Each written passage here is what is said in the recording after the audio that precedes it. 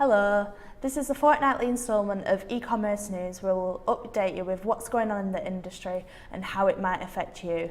So if you're an Instagram user, you're probably aware of the constantly changing algorithm that affects the way that photos and videos show up in your feed. Earlier this year in March, it was announced that the new algorithm would be released, which meant that posts would now appear in a chronological order with newer posts at the top. This meant that businesses need only worry about the time when the audience are the most active. However, a new algorithm has just been released, which means that users' feeds will be based on who they like and what they like. The platform looks at your past behaviour of what you've been liking so that they can create a unique feed that is basically what Instagram thinks you want to see.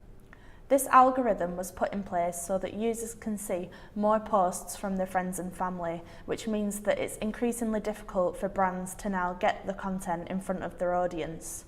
However, with that being said, there are a few things that you can do to try and combat the new algorithm. Instagram stories are a really good way of engaging with your audience, and if you've not used them already, then maybe now you should. If your followers watch your stories, then it means that they're engaging with your profile for much longer than if they're just scrolling through the feed and skimming past your photos. You can also use Instagram stories to create things like polls, where you can ask a yes/no question and your audience can respond to it and engage with it. And you can also add your story highlights to your profile so that people can look at them whenever they want, and that also increases the amount of time that they spend on your profile.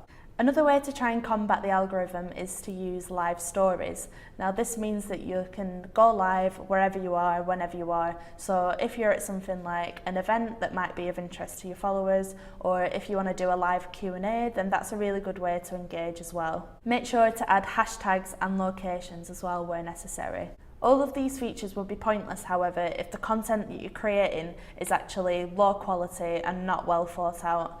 If you're creating content that doesn't interest your followers, then they're not going to engage with you, whether that's on your story, in the newsfeed, wherever. They're not going to be interested in what you're posting. So make sure you're being interesting, you're telling stories, and you're posting content that's going to be inspiring, rather than just posting the same sort of product updates, which are just going to get boring and samey if they're constantly seeing the same thing over and over again.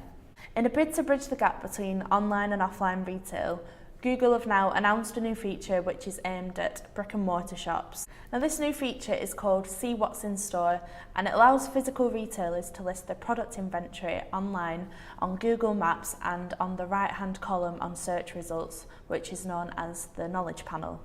Now this new feature is called See What's in Store, and it allows physical retailers to list their product inventory online on Google Maps and on the right hand column on search results, which is known as the knowledge panel. It's said that shoppers are far more likely to go and visit a shop if they know they're going to find the product they're looking for. So by providing their inventory online, retailers are more likely to get customers walking through the door who have an intention to buy. This new feature also reduces shopper frustrations when they're unable to find the product that they're looking for. Listing products on Google Maps also means that shoppers can see what products are nearby, and it eliminates that need to run about checking through all the shops because they'll know exactly where they can find what they're looking for.